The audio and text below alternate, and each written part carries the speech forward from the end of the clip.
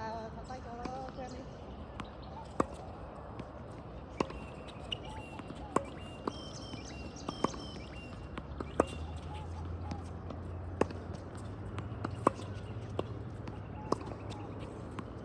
Hey!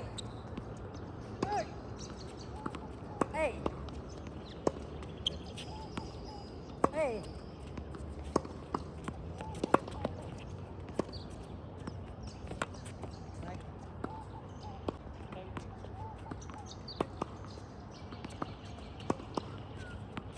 Hey! Hey! Hey! Hey! Hey! Hey! Hey! Hey! Hey! Hey!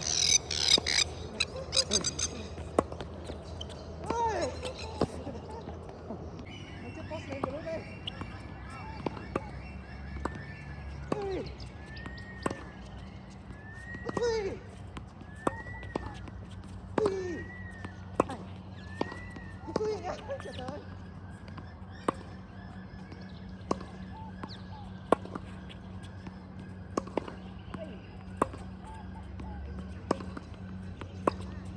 Quen bạn đã. Vào thôi.